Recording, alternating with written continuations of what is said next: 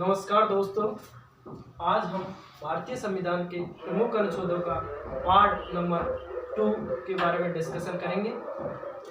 भारतीय संविधान के प्रमुख अनुच्छेद।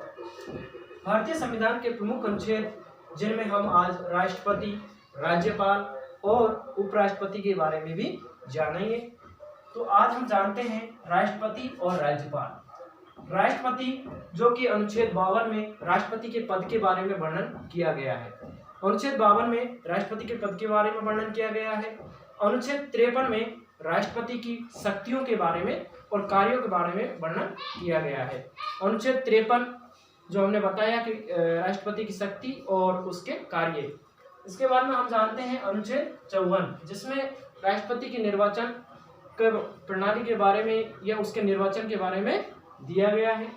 इसी प्रकार हम एक ट्रिक के माध्यम से समझेंगे कि एज ए राष्ट्रपति जो कि देश स्तर या राष्ट्रीय स्तर पर होता है, उसी प्रकार स्टेट स्तर पर जो राष्ट्रपति की भूमिका निभाता है वो होता है राज्यपाल। तो राज्यपाल कहाँ होता है? राज्य में होता है, स्टेट में होता है, स्टेट स्तर पर होता है। अनुच्छेद 153 जिसमें राज्यपाल के पद के बारे में वर्णन है। अब एज हम देखते हैं इधर 100 प्लस करने के बाद में 153, 154, 155 आते हैं। तो हम +1 करते हैं तो 52 के बाद 53, 53 के बाद 54, 54 के बाद में 55 आता है। इसी प्रकार हम अनुच्छेद 155 और अनुच्छेद 154 और अनुच्छेद 153 के बारे में जानेंगे। तो अनुच्छेद 153 में राज्यपाल का पद दिया गया है।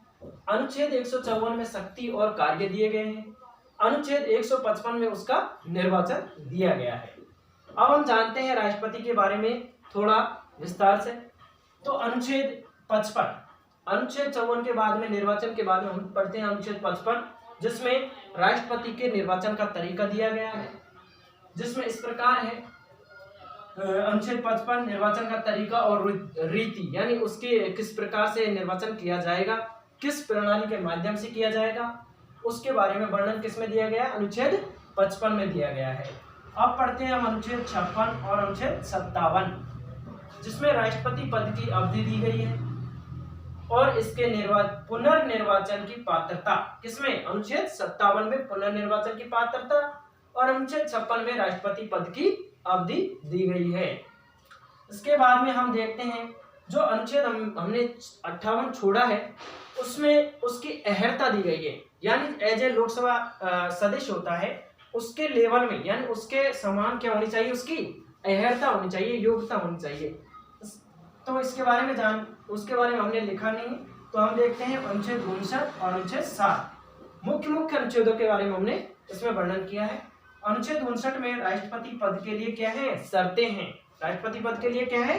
शर्तें दी गई है अनुच्छेद 59 में। इसके बाद अनुच्छेद 60 आता है, उसमें राष्ट्रपति की क्या है? शपथ के बारे में वर्णन किया गया है। आपको पता ही होगा कि राष्ट्रपति को शपथ सर्वोच्च न्यायालय का मुख्य न्यायाधीश दिलवाता है। इसके बाद हम जानते हैं उपराष्ट्रपति के बारे में जो कि राष्ट्रपति के बाद निचले स्तर का यानी दूसरे स्तर का सदस्य होता है।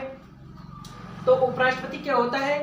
एज ए राज्यसभा का सभापति होता है या राज्यसभा का उपसभापति के रूप में क्या करता है? कार्य करता है।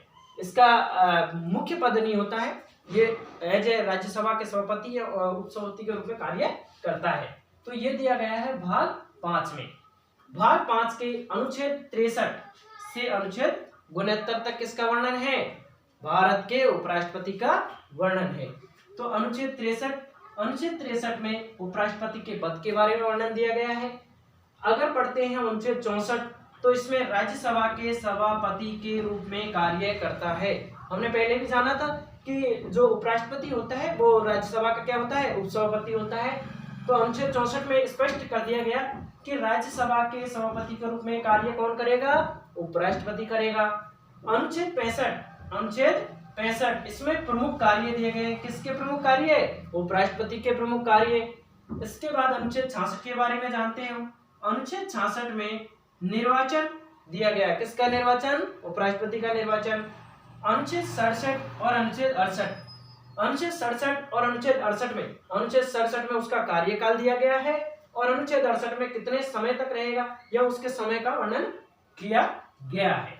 इसके बाद में हम जानते हैं अनुच्छेद 69 अनुच्छेद 69 में जिस प्रकार राष्ट्रपति को शपथ अनुच्छेद 60 में दिलाई जाती है, उसी प्रकार उपराष्ट्रपति को शपथ किस में दिलाई जाती है?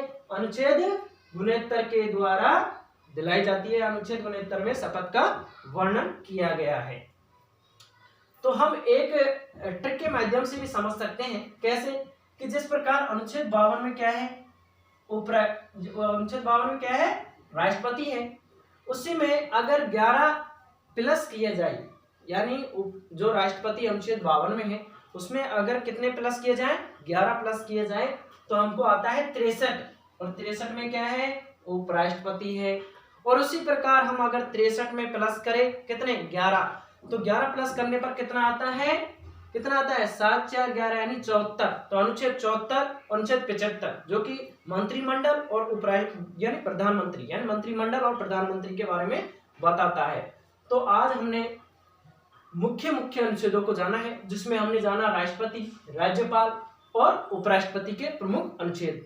अगले वीडियो में हम चर्चा करेंगे आगे के अनुच्छेदों के बारे में, जिसमें हम अनुच्छेद किसके? अनुच्छेद 69 के बाद यानी प्रधानमंत्री का वर्णन आएगा, लोकसभा अध्यक्ष का वर्णन आएगा, संसद का वर्णन आएगा, संसद के जो प्रमुख भाग होते हैं अनुच्छेद 52, अनुच्छेद 79 और अनुच्छेद कौन सा? यानी 52 और 79।